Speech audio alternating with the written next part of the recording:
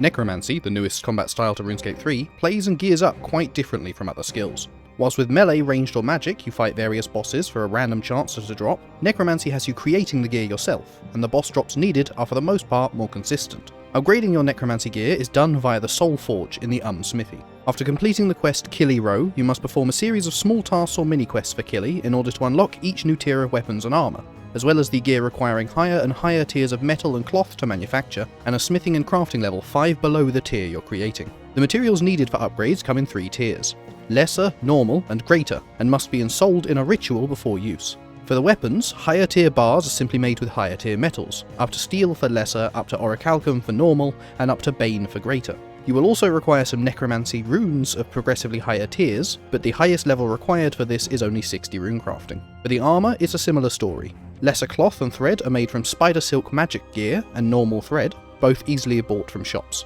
Middle tier of cloth requires Mystic, which can be bought in the Champions Guild or the Magic Guild in Unil, whilst the ensouled thread requires you to breed sheep in your player-owned farm until you get a seasonal sheep, as it's made from any seasonal wool. As this can't be sped up, it is advised to start breeding sheep early. The greater ensouled thread is made from Algarum thread, which is bought from Ocelius Virius for 500,000 coins each, whilst the greater cloth must be made from subjugation armour pieces only dropped from Krill Tutsaroth in the God Wars dungeon. Gathering these materials and ensouling them via rituals takes a bit of time and increasingly higher crafting and smithing levels, but is not very hard to do. The difficulty comes from the task Killy assigns you to unlock the tiers in the first place.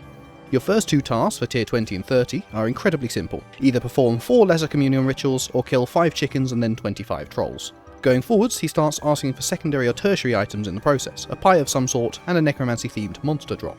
Tier 40 needs a meat pie and either slaying 50 undead or 5 lesser communion rituals, and tier 50 requires an apple pie and either 75 demons or 10 lesser communions, as well as some necromancer flippers, a drop from Mogers requiring 32 slayer. Tier 60 has him ask you for a garden pie and some Anku residue, plus either 50 souls from level 70 plus monsters or 10 greater communion rituals.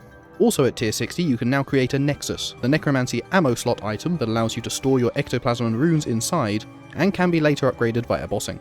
Tier 70 and above it changes drastically. You now have the choice between either power or tank gear. Power gear gives a damage bonus and has a chance to apply a mark that executes enemies at 20% health, but requires a lot harder task to unlock. Whilst tank gear gives a hefty life bonus and damage reduction, plus a chance to dodge any incoming attacks entirely, and is relatively easy to obtain.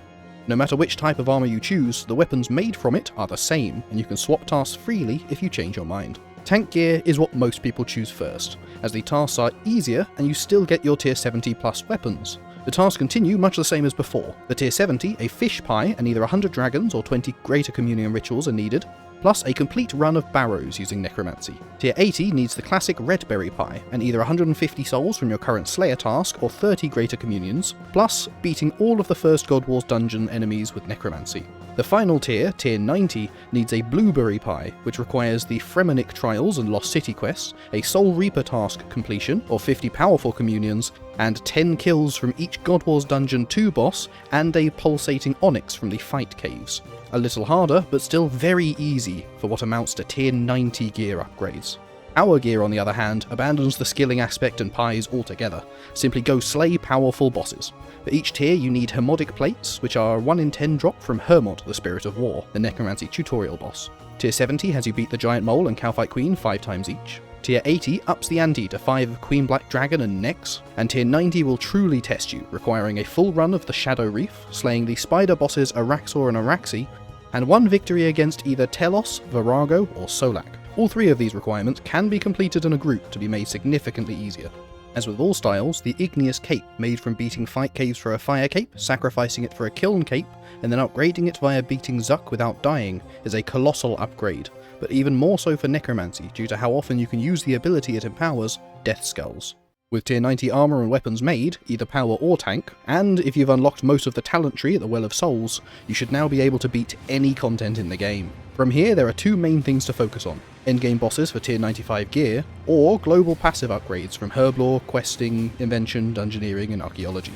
Your final upgrades mostly come from the first Necromancer, Raziel, a highly deadly but not too difficult boss who drops the first Necromancer robes that extend and buff your conjures, and the tier 95 Lantern and Death Guard increasing your maximum souls to 5 and empowering your basic attacks respectively. powerful rings either via questing or the Necromancy-specific Rex Matriarch, Osseous. You can also head to Vorkath or Amascut to upgrade your Nexus to be either more defensive or offensive, plus Amascut also drops the Devourer's Guard, a tier 75 Death Guard for Necromancy. With it being the newest combat style, there will be more and more upgrades and choices to make as the game continues to update, but for now, Necromancy gear progression is a very streamlined process, and with players able to obtain tier 90 gear only needing early game boss kills and the same skills you already need to train for Invention, it is by far the fastest combat style to get to high-end PVM content in RuneScape 3.